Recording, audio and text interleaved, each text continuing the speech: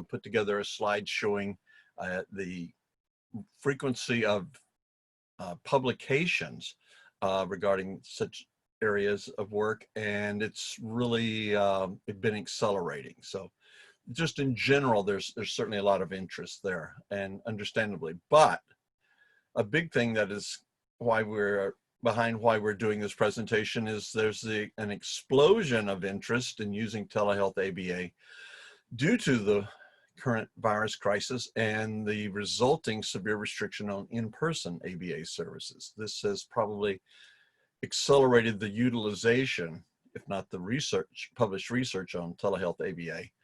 And we thought that this initial presentation would be important to provide, because though there's much interest in doing ABA services via telehealth, we recognize, and for me and for many others, our knowledge is limited, and as is our expertise regarding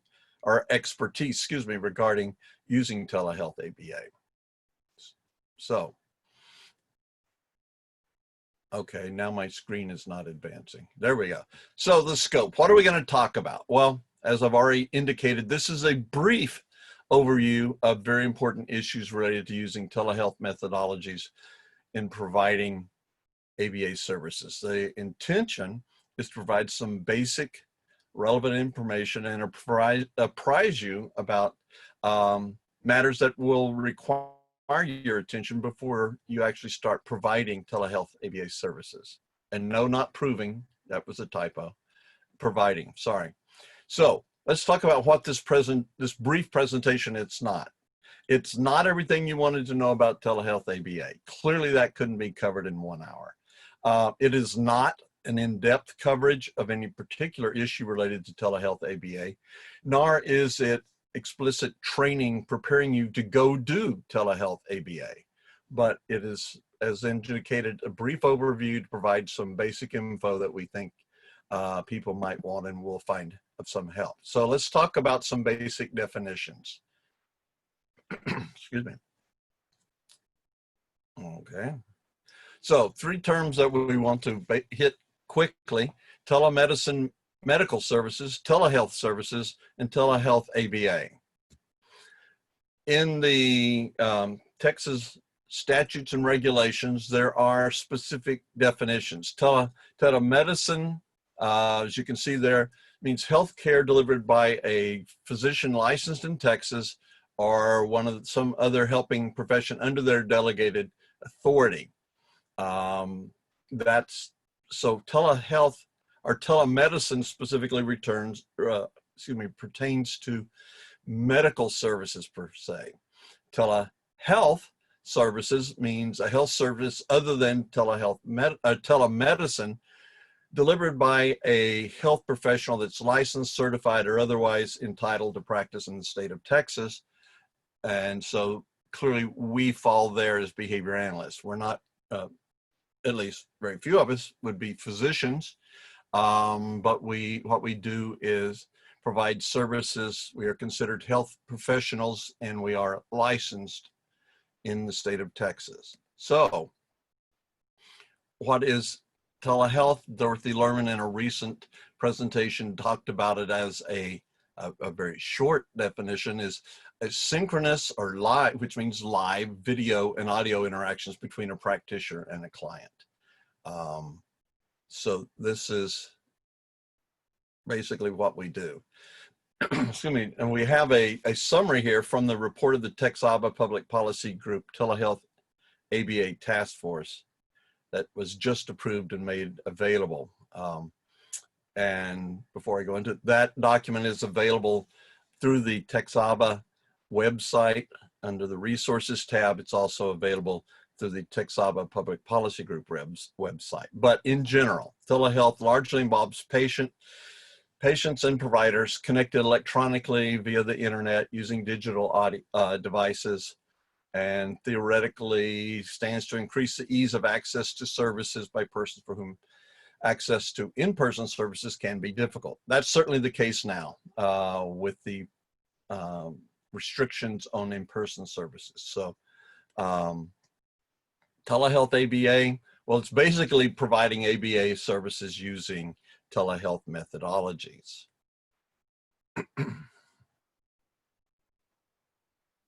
Okay, whoops. There we go. So what do the Texas statutes and regulations have to say? Well, if it's the Sam Houston statute, it usually, to me, when I drive by there, it usually says, howdy. But I guess we'll look at the statutes, and I need to provide a disclaimer. We are not giving legal advice in this presentation. We are only providing educational information. So please note that distinction. Now, let's give you some general information. This is a summary. Let's start with the summary from the Public Policy Group Telehealth report. And we'll give you the specifics, but this is the summary that in reviewing the located statutes and rules for human service professions, such as behavior analysts licensed and certified in Texas, there are actually few explicit references to telehealth in either the statutes or the rules for the various professions. Psychology does have some mention specifically, but other than that, at this point in Texas, unlike some other states, it's very limited. A few things are clear, however, from those general statutes and rules. Professionals providing telehealth services in Texas are still under regulation of the relevant state licensing boards and entities, and still are required to meet the same standard of services as in effect for doing the providing ABA services in person. Means we can't just blow off the standards. They still apply. Probably everyone would have thought that. So these requirements that are still in effect involve provider qualifications and licensure, confidentiality requirements, consent requirements, and insurance coverage requirements are the same for telehealth-based and in-person-based services. This, however, is difficult in practice. So, pardon me.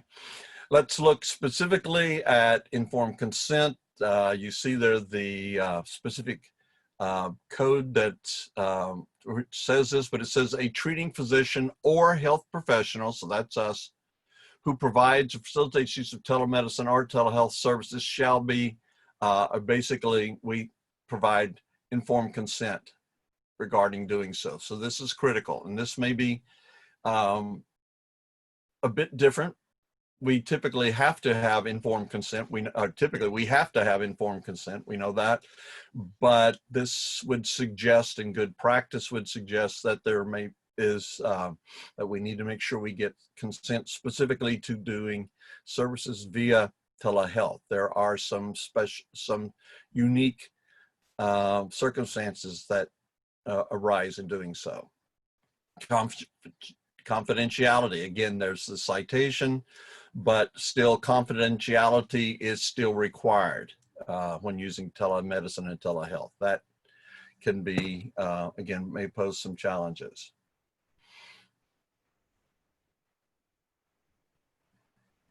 Okay. Just basically the code stating that even though we're providing services via the internet, the same licensing authority that pertains to in-person services also regulates telehealth services. Okay. So what about telehealth ABA in specific? Well, the answer is telehealth ABA services are not specifically addressed in any of the state statutes and regulations. The TDLR regulations and rules that pertain to licensure and practice of behavior analysts in their practice does not at this time, pardon me, specifically address telehealth ABA. That's probably going to change before too long in the next few months. But it is critical to keep in mind that even though there's not specific mention of telehealth ABA, all the relevant statutes that previously applied to us doing services in person, plus all that specifically govern telehealth do apply. So let's talk a bit about the impact of the current COVID-19 virus crisis in the ABA. So, thing that is necessary per the statutes and regulations pertaining to a behavior analyst as well as the BACB regs is that all state statutes, city, and federal, state, county, and city laws are in effect. So that means, hence, that we must, as behavior analysts, we must comply with all those rules. I think I got ahead of myself. So if the rules say that social distancing, or if the laws, regs say social distancing or requirements are in effect, then as behavior analysts, we have no choice ethically and legally but to follow them. So what does this mean? It means there's, as we all know, greatly reduced provision of in-person ABA services, and with that has come a waiver of HIPAA rules regarding telehealth temporarily. That's a critical thing, and we'll come back to that. Now, let's talk about the evidence base for telehealth ABA. And what I'm giving you right now is a summary of information from the report of the, again, of the TxABA telehealth task force. And the evidence base is summarized there, reviewed, there's specific citations there, you can read that. And what we've found basically is that there are some ABA services that are supported by the current evidence base that we have. Some others are not. So what is, what ABA service provision is okay per our evidence base to provide, or acceptable to provide via telehealth methodologies? Well, one is training and coaching of on-site therapists or caregivers to implement ABA interventions. Whatever that may involve. You may have checklists, you may have that people are to follow, you may be doing behavioral skills training with a therapist, an RBT perhaps, or a parent or other caregiver. We're okay to do that per the existing evidence for telehealth ABA, assuming that we're otherwise following good behavioral practice. And this is critical for where we are now, because often we're not going to be there. In fact, we're probably not at this point. The research also supports the use of telehealth for teaching simple communication responses like MANs, things like that. Again, that's from our coaching, the behavior analyst coaching, someone who is there with the learner. Regarding client outcomes, the best evidence supports the use of telehealth to treat challenging behavior by conducting a functional analysis and functional communication training. That's been well established. And much of this research, and certainly the early work, was done by Dave Wacker at the University of Iowa. So, and this is critical. Obviously, if you're thinking ahead, you realize that they're doing FBA remotely, as it were, using a parent or other caregiver to actually conduct the assessment conditions. Requires a lot of preparation. But again, that is one of the kinds of ABA services that are supported by an adequate evidence base at this time. Now, relatedly, evidence supports the use of telehealth for other behavioral assessment activities, such as collecting baseline data, perhaps completing assessments, such as the ABLs, though again, that's going to, if you're actually watching performance as opposed to using just an informant, you'll need to be working through someone else there with the learner. Pardon me. So those things, at this point, we have a strong evidence base for in terms of doing telehealth ABA. Supervising, coaching, training therapists or caregivers to implement a specific ABA interventions, including teaching some communication or verbal behavior, conducting assessments, including FBAs. Those are evidence-based at this, or doing so has an adequate evidence base at this time to utilize. Now, there can be a wide range of what the training and supervising incorporates.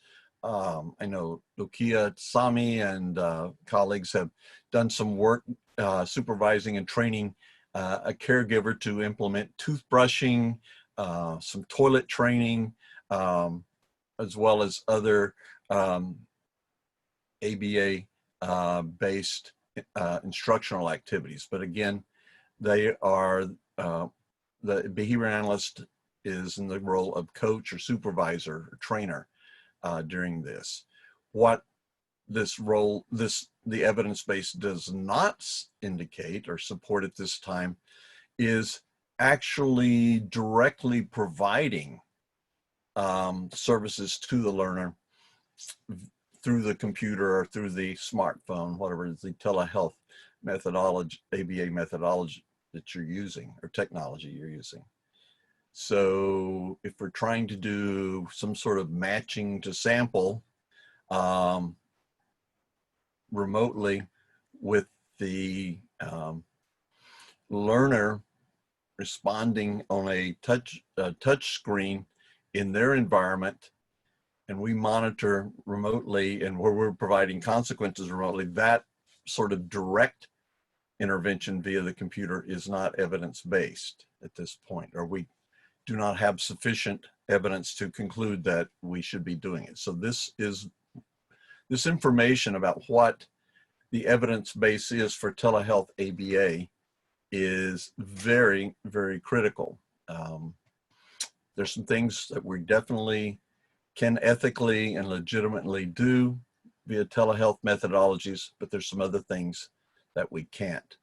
This, of course, is going to have implications for billing and funding. So moving on. And at this point, I realize some of you probably have questions. I'm at this point plan to just try to go through the main presentation and then we'll open it up for questions. Gordon, do an education check really quick. I'm sorry, say what? I'm going to do a continuing education check. Okay. Everyone, I'm going to launch a poll. If you would please respond to the poll within the next 2 minutes. And for our 2 people who have called in, if you would like to earn continuing education, please remember the password evidence base. Okay. Presumably everyone can read that and can make the correct choice. Okay. So now I need to get rid of that on my screen.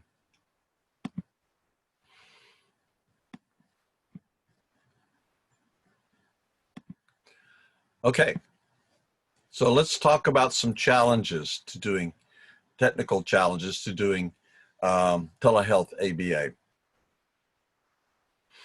Again, this is not going to be an in-depth coverage. We don't have time to do that, but at least we'll perhaps help people be aware of the some of the issues that are relevant, and perhaps briefly some very short attention to some of that.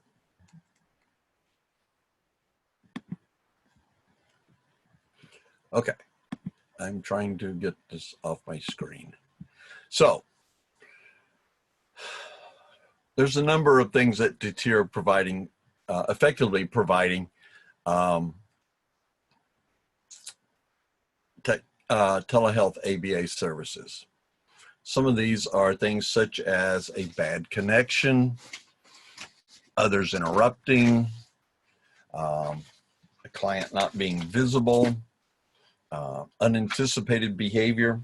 And at this point, I do want to mention to you that you may also be aware of this, but this coming Friday at 2:30 in the afternoon, there will be a more in-depth coverage of telehealth ABA by a number of folks that are expert practitioners in the field. So if your questions and concerns about technical challenges are not addressed today, even when we get to Q&A, we perhaps will take questions and then try to ensure that we can address those during that presentation on Friday afternoon. So bad connections, what can you do? Well, you know, that's sometimes means that people don't have the right equipment, a variety or other things. It could mean that they are need a faster internet service. There's a variety of things there. Maybe low, if they're using wireless services, the location of their router, the distance from it. There's those things are certainly not unique to behavior analysis at all, but are things that we might, that are certainly critical. I wanted to just, the reason I flashed up on the screen is because there are about 20 questions about the poll disappeared or said it was closed before they answered. So I was wondering if maybe Rachel wanted to resend it or address that in some way. Thank you. Just a quick note, if you're a panelist, don't click the X box on the poll when it appears, because that will close the poll. So just move it to the side if it's in the way of the screen, please. Whoopsie, that was me then. Sorry, everybody. Yeah, we should be good for the first. Okay, the poll is relaunched again if everyone could respond. Thank you. Thanks. So maybe I should hold off for a moment while people do that. Don't want to be terribly distracted, I realize.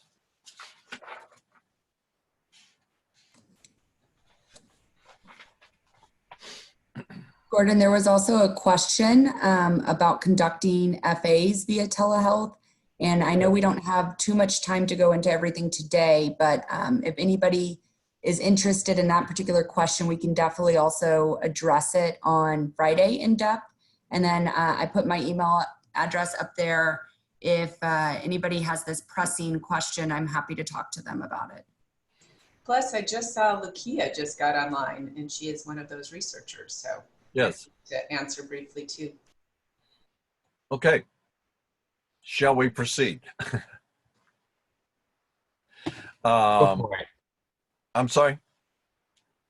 I say go ahead. All right.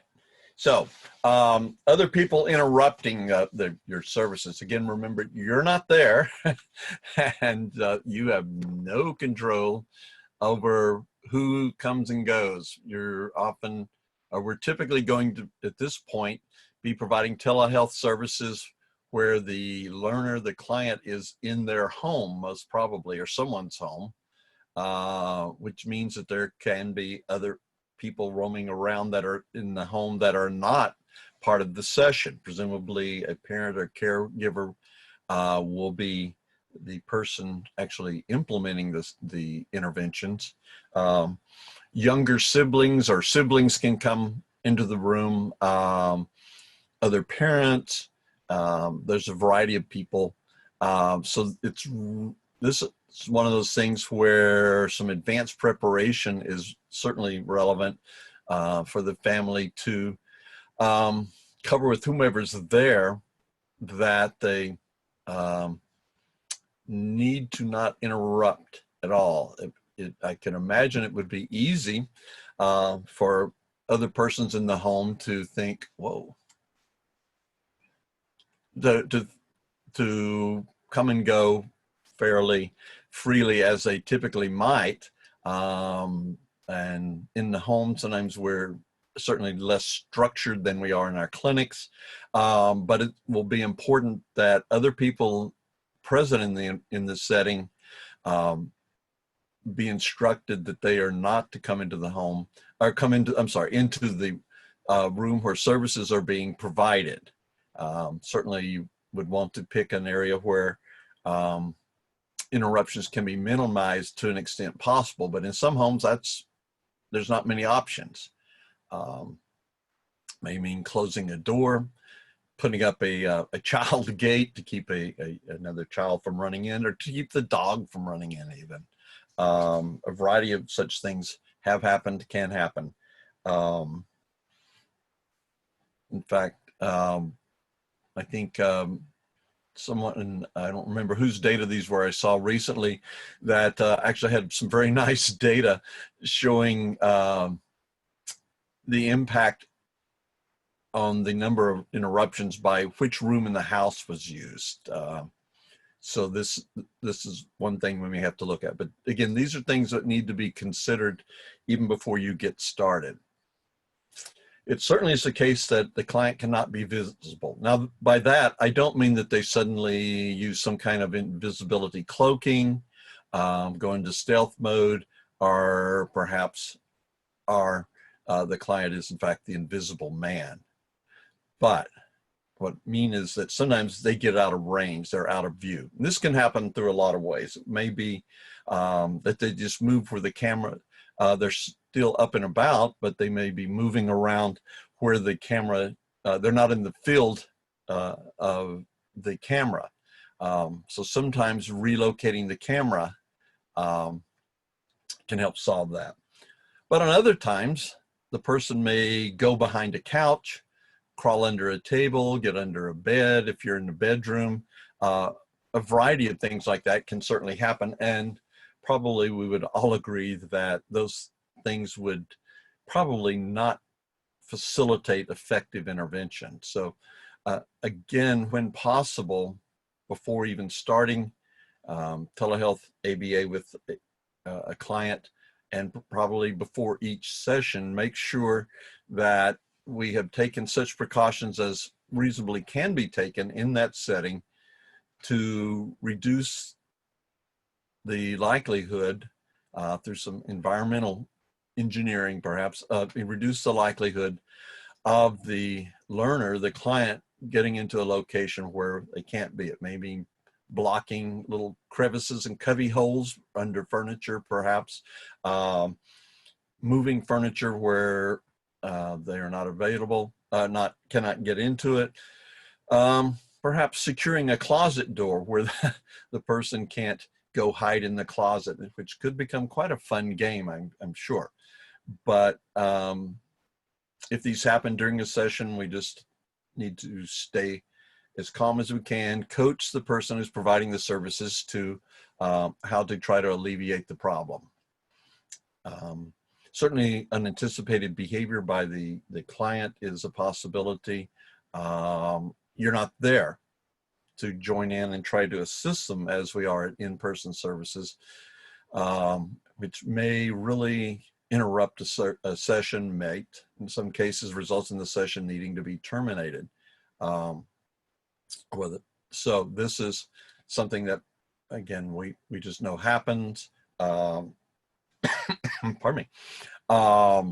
Try to plan ahead as far as we can. It's probably wise to have with the care provider some arrangements for perhaps dealing with emergencies if they arise as best you can. Again, these and numerous other things will be covered more in depth in the presentation on Friday afternoon. So now I'm trying to advance the slide. There we go. So here we go. There are some regulatory matters that can be challenges for you. One is HIPAA, and yes, I do like to spell it with 2 P's instead of 2 A's. HIPAA compliance, that's a real issue that we just have to address in doing telehealth ABA. And with so many people having to kind of jump into this arrangement so quickly, we need to be aware that this is critical. There are privacy and confidentiality considerations that are very relevant when we're providing telehealth ABA that we don't have to address when doing so in person. Now, their online and digital platforms must comply with the HIPAA requirements. Some do or can. Vizio does. Zoom, actually I understand it's Zoom Healthcare specifically, I recently, not just Zoom in general, and Vidyo. Users must have a business associate agreement. We'll talk about that more in just a moment.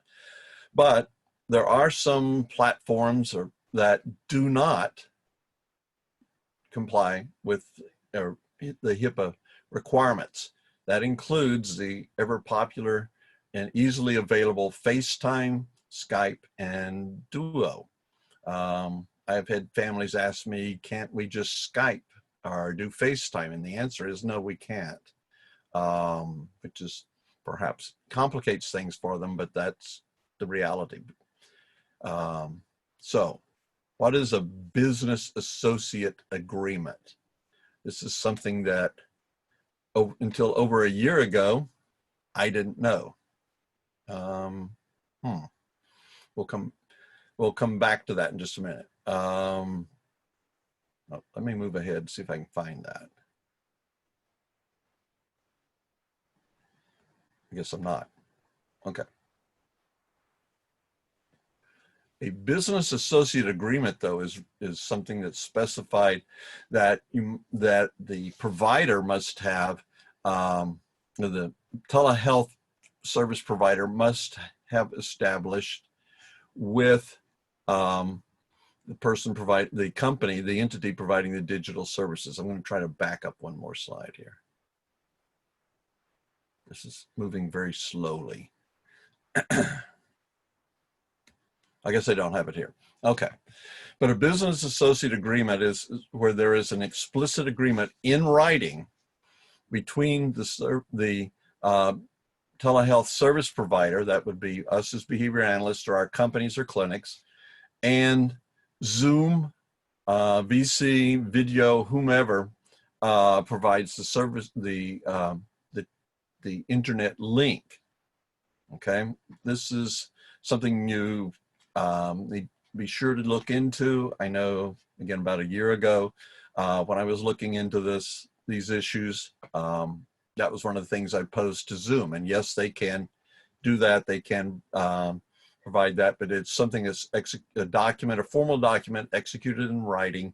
They will have, you will have, and what it does is they involves the internet service provider, a person who's connecting you with that client.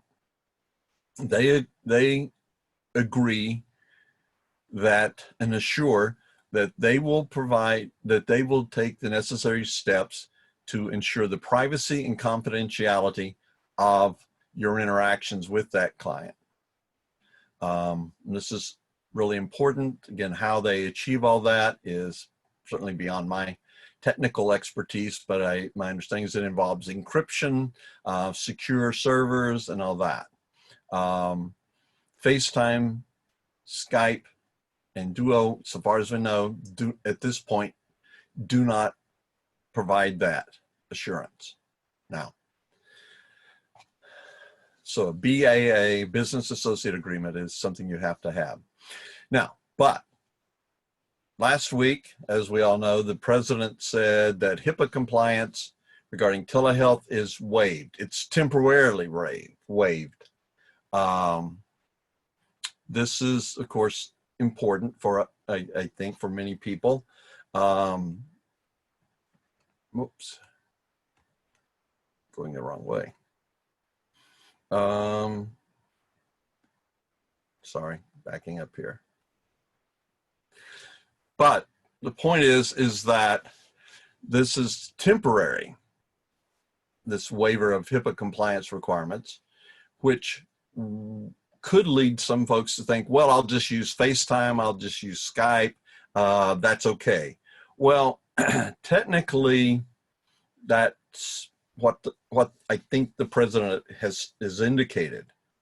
However, the reality is that you still have to protect client confidentiality. You still have to protect privacy. So even if, and I don't advise it, but even if you decide to provide telehealth services via Skype or FaceTime, you still have to be cognizant of those compliance, of those privacy and confidentiality requirements. The president did not waive, and I don't think he can waive, the requirements of our profession, the relevant laws and regulations. So that means that if Jeff Dillon, for instance, is decided that he is going to provide telehealth ABA services to some of his clients, that he, first of all, definitely should not be sitting in his local brew pub or coffee shop. Were we able to do that now to provide services? People around him still would be potentially likely to hear what's going on. But frankly, this is just my opinion, but I don't think it would be considered good practice or ethically justifiable to engage in telehealth ABA services via providers and networks that are not, do not ensure privacy and confidentiality. We would still be subject to complaints and sanctions were someone to file a complaint about our not adequately securing confidentiality and privacy. So there are other challenges that go on with that we encounter in doing telehealth ABA. Oh, there we go. Where'd that slide go? Privacy and confidentiality, don't become careless. Okay. Now, some other practice considerations. There are only limited types of ABA services that are evidence-based. We've already talked about that.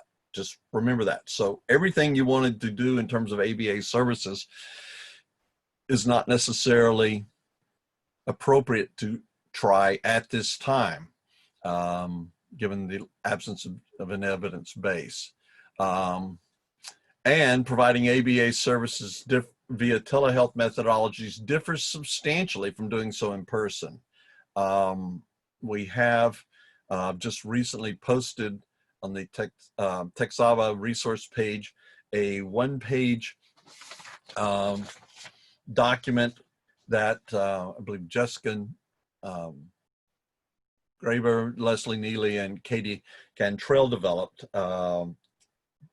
discussing showing the differences between face-to-face and telehealth services. It is in fact the case that there's some very nice data presented on Monday by Dorothea Lerman, showing that and I think this are data reported by Leslie Neely and Jessica Graber, that training a BCBA to a high level of competency in providing in-person ABA services does not automatically transfer to those services being provided at the same level when they start providing services via telehealth. This is something very, very important. And they, in fact, have a checklist of things to look into before providing, when doing ABA services via telehealth. But we'll see more of that hear more about that on Friday, I think. But this is very important to realize they are not the same. There are some additional behaviors that are required doing things via telehealth as a supervising ABA provider than in person. Some of those, just to name some of them: ABA, the therapist, the BCBA, the LBAs, RBT is sitting there right there face to face with the person. That's not the case in telehealth. Face to face, we can model and in fact directly intervene in real time. In telehealth, we can't do that. Someone else is actually there. It's difficult to work on multiple skills via telehealth to the same extent that we do via in person.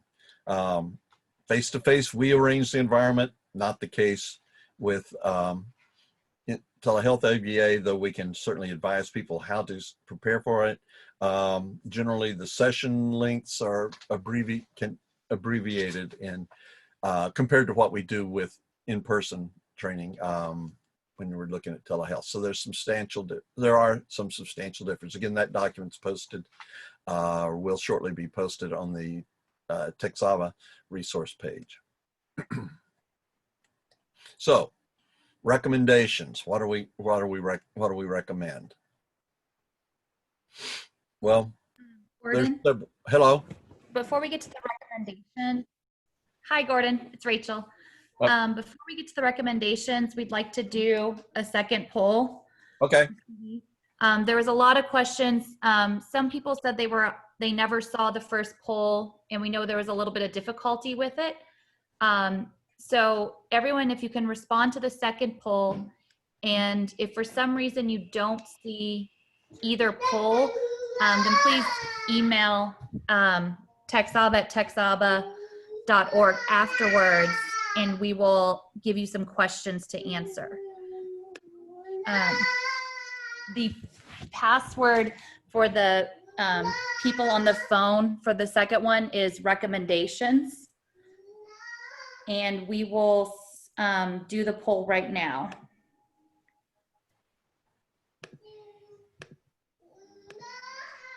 So the poll has been launched. We'll give everyone 2 minutes to respond.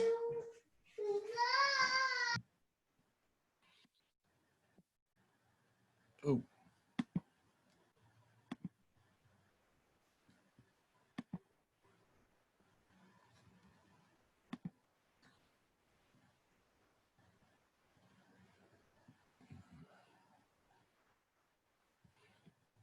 Am I still here?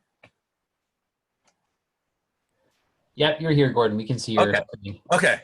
I just wanted to make sure. I think I accidentally hit stop share, so I wanted to make sure I was resharing. So let me see if I can move the poll out of the way. Everyone, please respond to that, and so you can get your CEUs.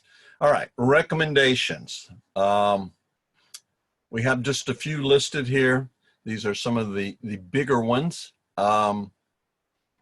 Been making recommendations all through, I realize. And certainly there are more that can be made, more that will be made. Again, we'll have more thorough coverage on this on the presentation this coming Friday afternoon. So here's some recommendations, I guess, kind of part the take-home points.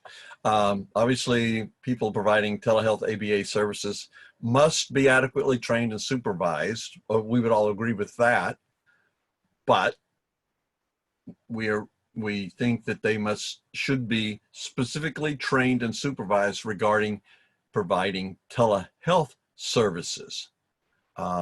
Just being an LBA or LABA, BCBA, as I've indicated earlier, does not, and really excellent in providing in-person services, does not automatically indicate that we are effective in providing telehealth ABA services. If you find yourself needing to provide telehealth ABA services and realize that I'm not specifically trained regarding this, find a mentor, check with someone who is available. to provide that supervision and training for you if you can at all. Realizing, of course, that right now they're probably not going to be able to meet with you in person, so it's kind of meta telehealth training, because might be receiving some training and supervision and doing telehealth ABA remotely as well. So secondly, at present, telehealth ABA usage should be limited to teaching, coaching, I should say supervising, and behavior assessment. That's what our evidence base supports at this point. Clearly, we need further research regarding client characteristics or the situations that appear most likely to result in effective provision of telehealth ABA services. There are some circumstances and some people whose behavior is such that introducing telehealth ABA may be contraindicated. Again, we don't have much information on that. And certainly research and documentation is needed regarding ethical concerns related to telehealth ABA. At this point, I want to refer you to some good sources of information. I'm trying to advance my slide here. Whoops. There, again, as I've mentioned, the upcoming webinar at 2:30 this coming Friday, there'll be more in-depth coverage of this. Suggest you look at the TxABA Public Policy Group Telehealth ABA Task Force report, which is on the resource page of TxABA and the TxABA Public Policy Group, as well as a growing number of additional documents. Another document that didn't make it to the list in time is some information provided by the Council of Autism Service Providers, CASP. They have a really nice document that includes coverage of guidelines for telehealth ABA services. It's available online through their website. That's the Council for Autism Service Providers. They have very nice coverage of liability issues, including for companies and professionals. Again, it's a very nice coverage. I'd suggest that people look at that also. So, question and answers. Maybe someone else should pick up the screen at this point, and because I can't see any of the questions, much less the answers. And we have just a few minutes left. We got off a little late, but I have 1:55, so. Gordon, one of the main questions I see on the Q&A is that there is a, they're wondering about the different ones that they can use for telehealth. And I think providing that there are good places to find the link to the hhs.gov. And we can provide that link for everybody. I've been posting it in people's answers, but they list that covered care providers that seek additional privacy. Anyway, the list below includes some vendors that represent HIPAA compliant video communications products that they will enter into BAA. So they've got Skype for Business, Upbox, VC, Zoom for Healthcare, Doxy.me, Google S. Anyway, I'm sure the list will change over time. GoToMeeting is another one, Amazon Chime, Cisco WebEx. So we can post the link to that hhs.gov, or people can just Google for it. But it's the notification of enforcement discretion for telehealth remote communications during COVID-19 national public health emergency. Thank you. And again, just to comment on that, and others, panelists, certainly feel free to chime in on that question and any others, is that be very careful. You or your company are responsible for making sure that you have made all the arrangements for protecting your client's confidentiality and privacy. If possible, I would go ahead and get a BAA anyway, even if on an interim basis it may not be required. But I would advise that. Perhaps others, Leslie or Jessica or others, might have an observation on that.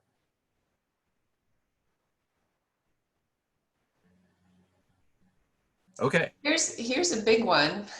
sure. Somebody said, and I'm hoping maybe you or Lakia or Leslie Neely could answer this one, but somebody said, given there is no evidence for doing direct teaching of programs for kids over telehealth, is it ethical to try to do so now?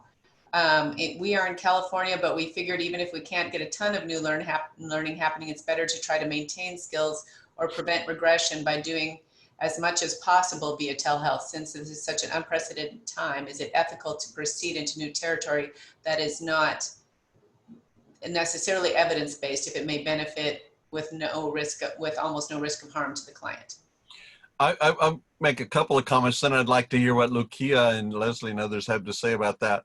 And the way I look at it is, if a family member of mine during the current crisis develops, God forbid, the symptoms of COVID-19, does that mean that, well, okay, I'll start taking some malaria medicine for it? Because I hear, it's actually would be experimental. Is that okay to do? And my answer is, I don't want a family member of mine doing that. People have already reported to have overdosed on that medication, to die, in fact, because they were doing so perhaps without medical supervision. So my answer is, I would be very reticent to do so. But others may have other perspective to share. I'd love to hear. I have some thoughts on that too. One thing that I was thinking about as I was reading this question was, in addition to not wanting regression or wanting maintenance of the skills that you've been working on in clinic, you also really want to remember that it's a new context where the child is now, and there's new variables happening and new concerns. So we talk a lot about focused intervention. That is still generalization of key skills, but you're really focusing that to the home context and what is of most concern and relevant to the parents right now. So some of those pivotal skills that you don't want to lose.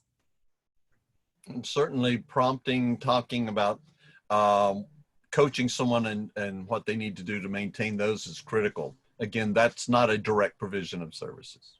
Right. That's important observation, Jessica. Thank you. Yeah.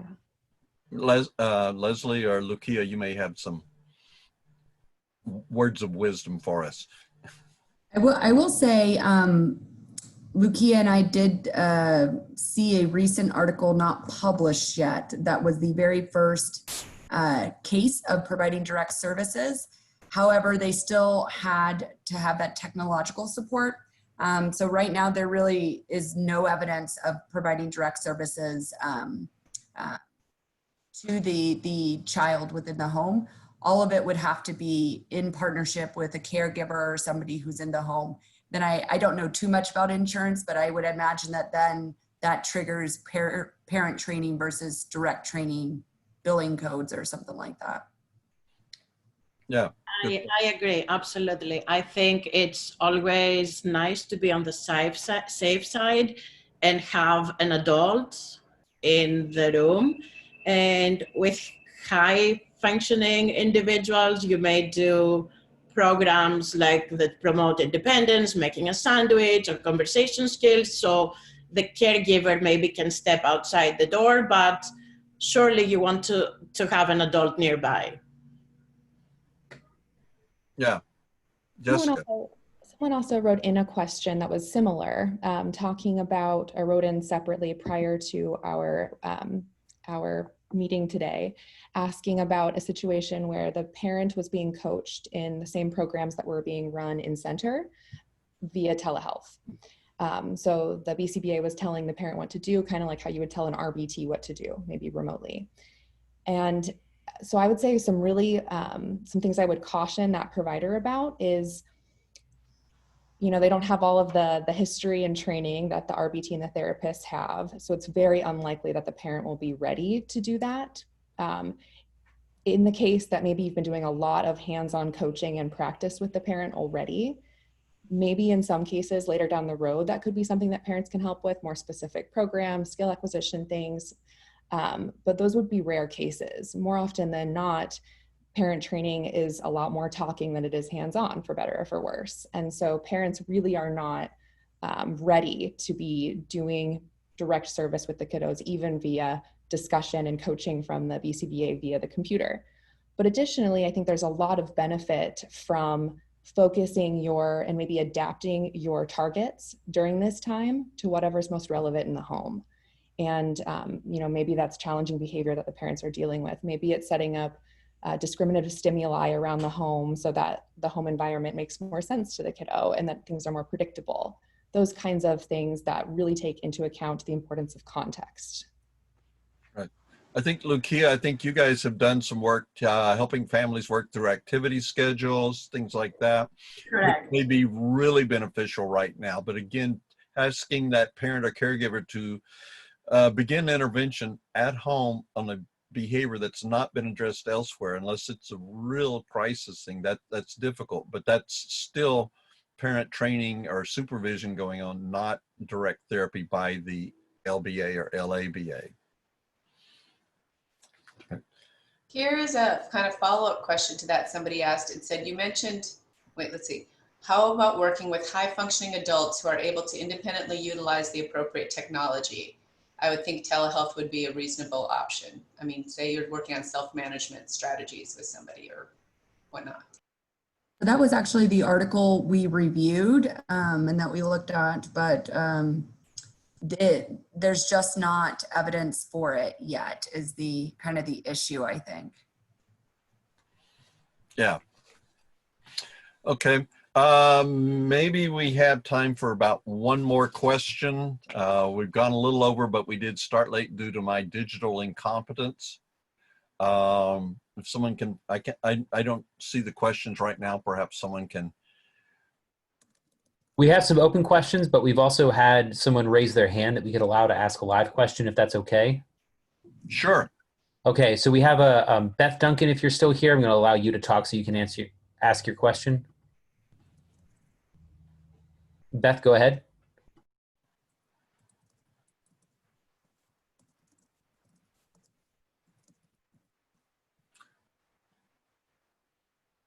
Well, okay, we have some other questions in. Zach, can you hear me? Yeah, I can hear you. All right, sorry. Beth is actually in the same office as me. She does not have a question. Oh, okay. Thanks, Jeffrey. then we'll raise our hand and wave back, Beth. Please, one more, maybe Zach or someone.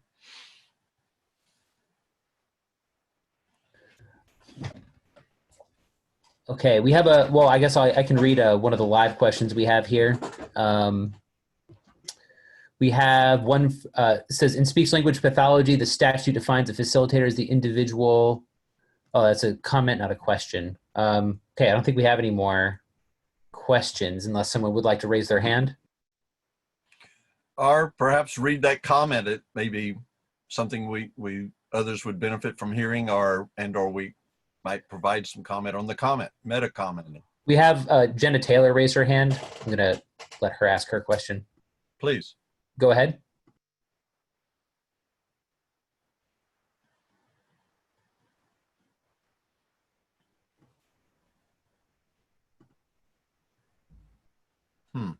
Oh, hey, can you hear me now? Yes, Yeah. I can. Okay, sorry. I was just wondering, since we are going to be focusing more on parent training and coaching the parent or caregiver, does anyone have any recommendations on good curriculums or parent training guides or things like that that they've come across that they'd be willing to share with the group? Okay, someone may have a quick suggestion.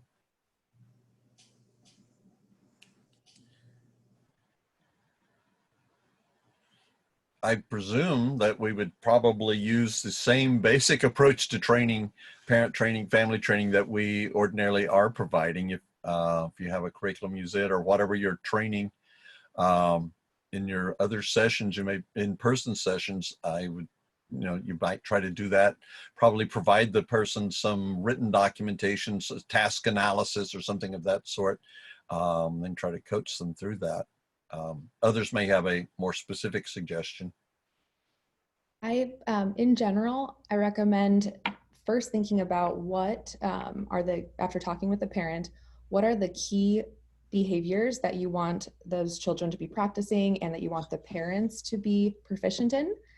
Sometimes that's things like, you want them to be able to pair. You're not sure yet if the parents are really able to play and provide, that high quality attention in a very healthy, fun way in the home. Maybe that's one of the first things you do. And so then think about task analyze that. What would that look like? The parent showing the behavior that you want them to for sure have mastered during this time. And then I think the way that telehealth differs from the way that some people are doing parent training in clinics is that there's a lot more, the parents are very actively involved, a lot more hands-on for the parents. So just be thinking about that. You're getting opportunities for the parents to actually show you what it is that you want them to be able to do. So how can you measure that progress over time? Yeah, thank you. Anyone? I have one question I'd like to read out just because I think this would be important. I answered it, but I think it'd be important to get everybody's. This is Amber's question. Does our ethical responsibility to comply with local laws and regulations, such as social distancing, or us here in San Antonio are on lockdown, I guess, supersede language stating that in-home health and human services are critical infrastructure exempt from the shelter-in-place order? And so I asked this question to our physician who's on our team at UTSA. She's at Children's Hospital, and her response is that we should only consider going in the home or providing these services if it's for something like severe behavior that threatens the immediate health of the individual, and that the rule of thumb might be if the behavior could lead to the emergency room, then it's medically necessary. Or, for example, intervention to get to help the kid take medically necessary medicine. Otherwise, the health threat of the virus would be most concerning. So I don't know if anybody else has thoughts about that, but I thought that was a really good question. I have one thought about that. I mean, with the issue of providing direct, this is Kate.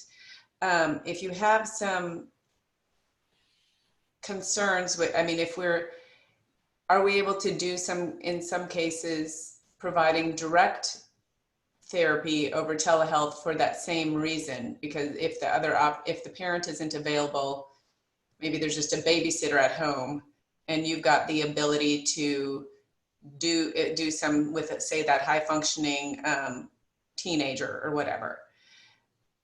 If that would help to keep them safe at home during the time they're home with just the babysitter versus going to their house, would that also so proceed, even though you normally would have gone to their house? Well, I'll take a whack at that initially, and others can join in. But I think, first of all, the comment that Leslie shared from the physician there at UT San Antonio is very cogent, and we really should listen to that. All that being said, in a really, really dire circumstance, perhaps the presence of an LBA, LABA, or RBT in the home might be necessary to intervene to prevent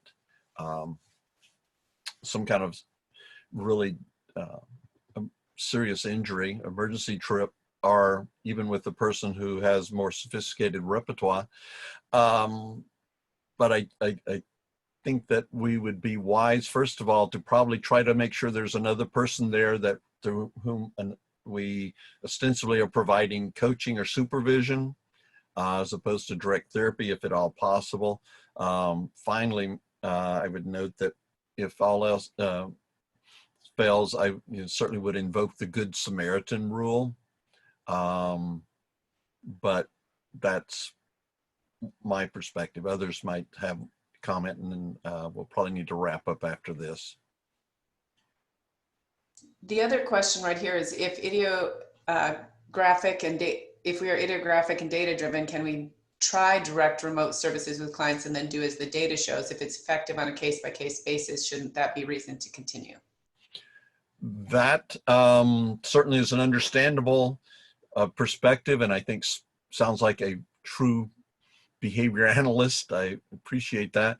One needs to, I think, be very cautious, however, because at this point, one is then doing, if I understand correctly, someone following through, as mentioned, would actually be doing an experimental procedure which lacks evidence base. There's problems with that, as we all know. And if you're actually going to do an experimental procedure, then it is incumbent on us, I think, to so inform the patient, the client, and get specific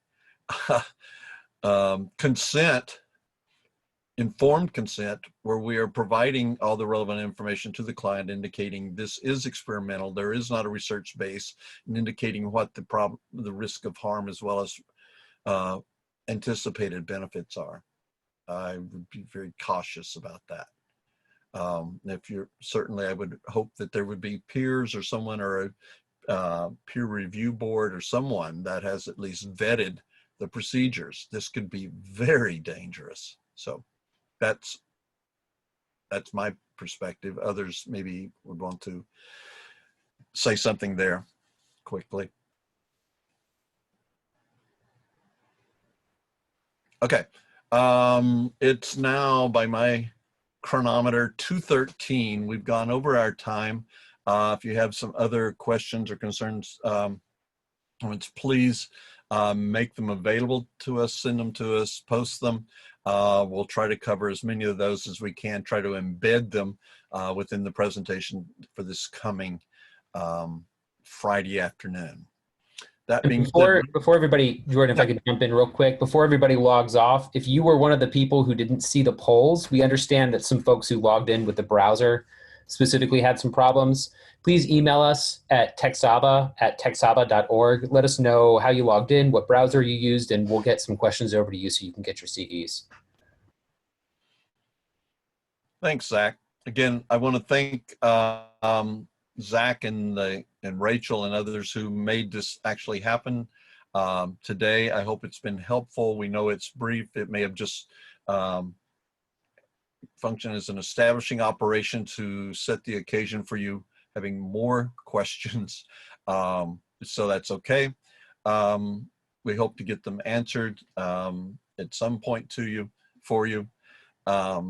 Thanks also to the people here who chimed in so effectively during this discussion. Also want to thank the TxABA Public Policy Group for supporting us doing this and for supporting the work we've been doing on the report.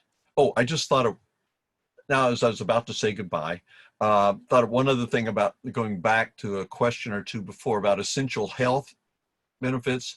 Do want to let folks know that the TxABA Public Policy Group is raising that issue within some of the halls, as it were, of state government, trying to make sure that ABA, especially now, will be considered an essential benefit and that will be covered. We know some people are having problems with insurance companies getting coverage of telehealth services.